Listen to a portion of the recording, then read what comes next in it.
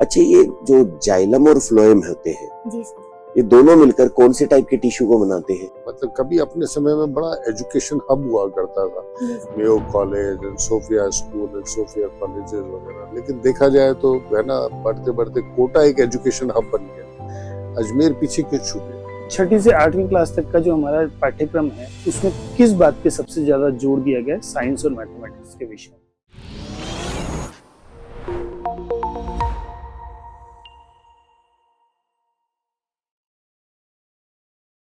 May I come in, sir? आइए। Good afternoon, sir. Good afternoon, sir. Good afternoon. बैठिए। Thank you, sir. अभी आप teacher हैं, जी sir. कहाँ पर आपकी posting? Sir government girls senior secondary school Barna Kishangarh. Kishan. क्या पढ़ाते हैं आप? Sir science and mathematics. Science and mathematics. कौन सी क्लास को पढ़ाते हैं?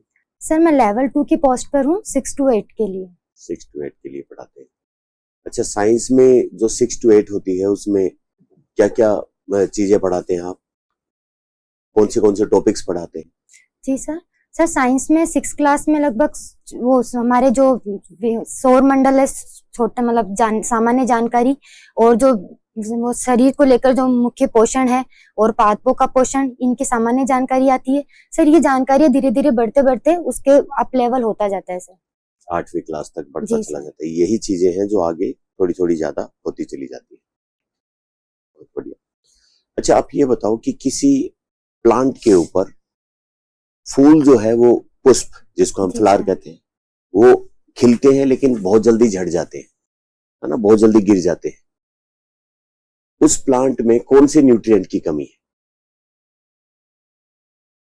सर सॉरी, एग्जैक्ट मैं नहीं बता पा। अच्छा, रूट के डेवलपमेंट के लिए कौन सा न्यूट्रिएंट चाहिए अपने को?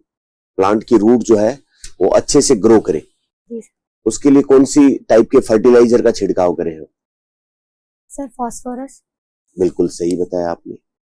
अच्छा, रोग प्रतिरोधक क्षमता प्लांट में बढ़ाने के लिए जी सर। कौन से टाइप के न्यूट्रिएंट काम करते हैं?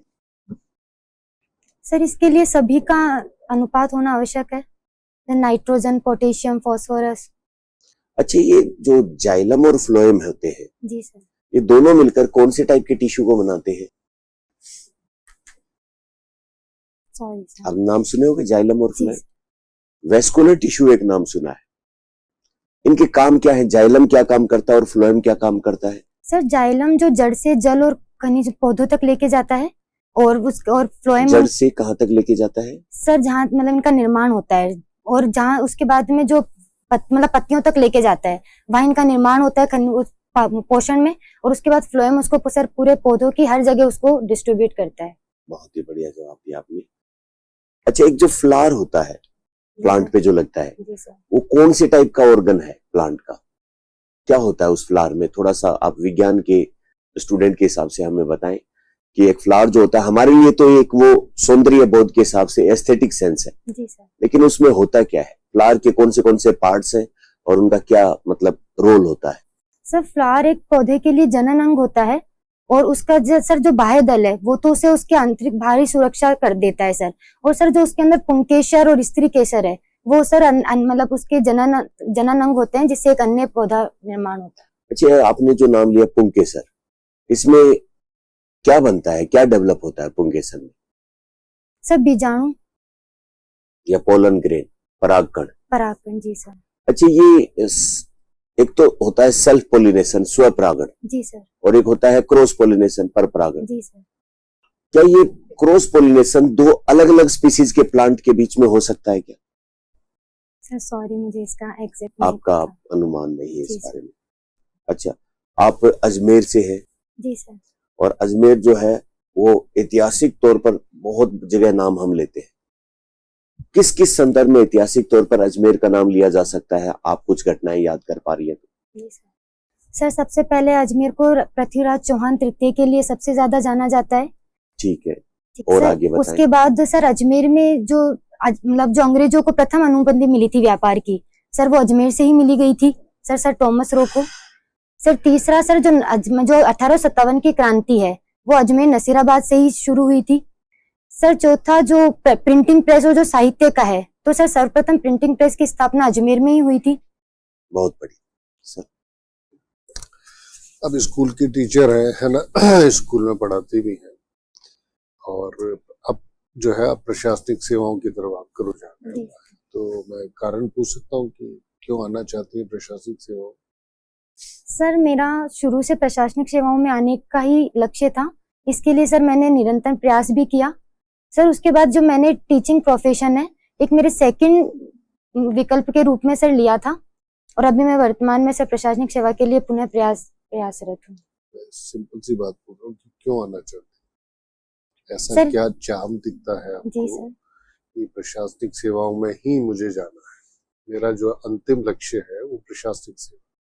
सर सर्वप्रथम तो क्योंकि आपने जो बीएड किया है, जी मतलब सर। आपकी एजुकेशन पॉइंट ऑफ व्यू से देखते हैं तो आपने जैसे साइंस बैकग्राउंड से आप, फिर उसके बाद आपने बीएड किया है, जी सर। तो न प्रशासन के बारे में कैसे कोई जानकारी नहीं, पब्लिक एड नहीं पढ़ा, पॉलिटिकल साइंस नहीं पढ़ा आपने, है ना? मैं सिंपल सी बात ये कि अगर प्रशासनिक सेवाओं में रुझान होता तो कुछ एजुकेशन पॉइंट ऑफ व्यू से भी होता।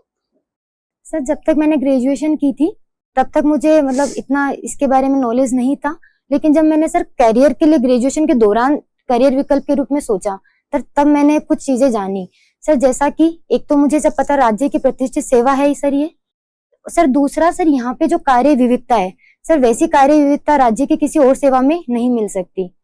सर तीसरा है कि जो सरकार का जो योजनाएं चल रही है और जो भी कार्य में सर में जन सामान्य की सेवा सबसे अच्छे तरीके से की जा सकती है सर। अच्छा, आप कार्य विविधता के बारे में बात कर रही है, तो किस किस तरह के कार्यों को जो है प्रशासनिक सेवा के अधिकारी करते हैं? कौन कौन से कार्य? सर एक प्रशासन मतलब एक सिविल सेवा के होने के नाते सर सबसे पहले एक प्रशासनिक कार्य होते हैं, जैसे कि जन सुनवाइयों का समाधान और जो अपने सरकारी कार्यालयों का निरीक्षण और वहाँ पे विकासात्मक कार्य करना। सर साथ ही राजस्व कार्य जैसे राजस्व संग्रहण, और राजस्व सुधारों का क्रियान्वयन और राजस्व मुकदमों की सुनवाई। सर चुनावी कार्य भी है इसके तहत। चुनावी कार्यों में सर एक जो एसडीएम ऑफिसर होता है वो एक आरओ के रूप में होता है। सर तीसरा होता है कि यहाँ पे सांख्यिकी कार्य, और सर आपदा प्रबंधन के दौरान भी वही मुख्य अधिकारी होता है। सर प्रोटोकॉल कार्य। अच्छा, आपने आपदा प्रबंधन का नाम लिया, तो जी क्या सर। आपदा प्रबंधन क्या होता है? आपदा प्रबंधन सर आपदा आने के दौरान कौन सी आपदाएं की बात कर? सर यहाँ पे प्राकृतिक आपदाएं भी हो सकती है जैसे कि बाढ़ या भूकंप। राजस्थान में कौन कौन सी प्राकृतिक आपदाएं आती हैं? सर राजस्थान में सबसे ज्यादा सूखा, और सर वर्तमान में जो जलवायु परिवर्तन हो रहा है उसकी वजह से कई जगह बाढ़ की समस्या भी देखी जाती है। सर राजस्थान वैसे भूकंप के दृष्टि से सुरक्षित है, पर सर अभी वर्तमान में कुछ समय पहले जयपुर इंडस्ट्री में भूकंप भी देखे गए हैं। प्राकृतिक आपदाएं कितने प्रकार की होती हैं? सर सॉरी, मेरे हिसाब से प्राकृतिक आपदाएं दो तरह की होती हैं, एक तो नेचुरल कैलेमिटीज, एक जी सर। Man made calamities. जी सर। ठीक है ना? नेचुरल कैलेमिटी में आपने बता दिया सूखा है, जी सर। भूकंप है ना, बाढ़ भी हो सकती है। मैन मेड कैलेमिटीज में क्या आ सकता है? कोई सर, बात नहीं, अगर आपको नहीं आता तो बता। सर भूसंकलन। चलिए कोई बात नहीं, है ना।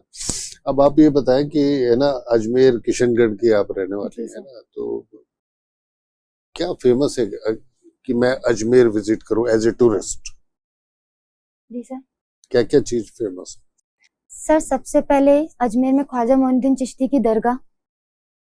सर तो दूसरा आप मेरे को पहले दिन मतलब दरगाह पे ले जाएंगे, ठीक है। और सर दूसरा जो पुष्कर है और वहाँ का ब्रह्मा मंदिर, वहाँ का रोपवे, सावित्री मंदिर। सर तीसरा अगर धार्मिक स्थानों पे देखा जाए तो सर अगर आप धार्मिक रूप से तो सर निम्बार्क संप्रदाय। सर किशनगढ़ के अंदर डंपिंग यार्ड। कभी? जी नहीं सर। आपने खुद ने कभी दरगाह विजिट नहीं सर। लेकिन आप मानती हैं कि वहाँ विजिट करना चाहिए? सर मैं जाना चाहती हूँ पर अभी तक मेरा बन नहीं पाया। एज ए टूरिस्ट जी प्लेस। सर। ओके, तो मतलब और क्या हो सकता है अजमेर शहर के अंदर? और क्या हो सकता है? सर तारागढ़ है और अकबर का मैगजीन किला है। सर सहल और 2.5 दिन का झोपड़ा है। अच्छा, अजमेर देखा जाए तो है ना बहुत ज्यादा फैला हुआ शहर नहीं है। जी सर। क्या क्या समस्याएं हैं वहां पर बेसिकली? मतलब कभी अपने समय में बड़ा एजुकेशन हब हुआ करता था, Mayo college and Sophia school and Sophia colleges वगैरह, लेकिन देखा जाए तो है ना, बढ़ते बढ़ते कोटा एक एजुकेशन हब बन गया। अजमेर पीछे क्यों छूट गया? सर अजमेर की सबसे बड़ी कमी है सर उसके क्षेत्रफल का कम होना, क्योंकि वहां पे अगर विकास होना है तो उसके लिए जगह की आवश्यकता होगी और वहां पे क्षेत्रफल कम है। और सर दूसरा है कि सर वहां पे पहले से जो ईसाई मिशनरीज है उनके संस्थान स्थापित है, इसलिए जो वर्तमान में जो आधुनिक कोचिंग संस्थान है वहां वो इतने उभर नहीं पाए सर। सर तीसरा वहां की जो समस्या है सर, जो जगह मतलब वहां के अनुपात के अनुपात जनसंख्या घनत्व अधिक है, तो सर रहने और उसकी समस्या भी वहां पे देखी जाती है सर।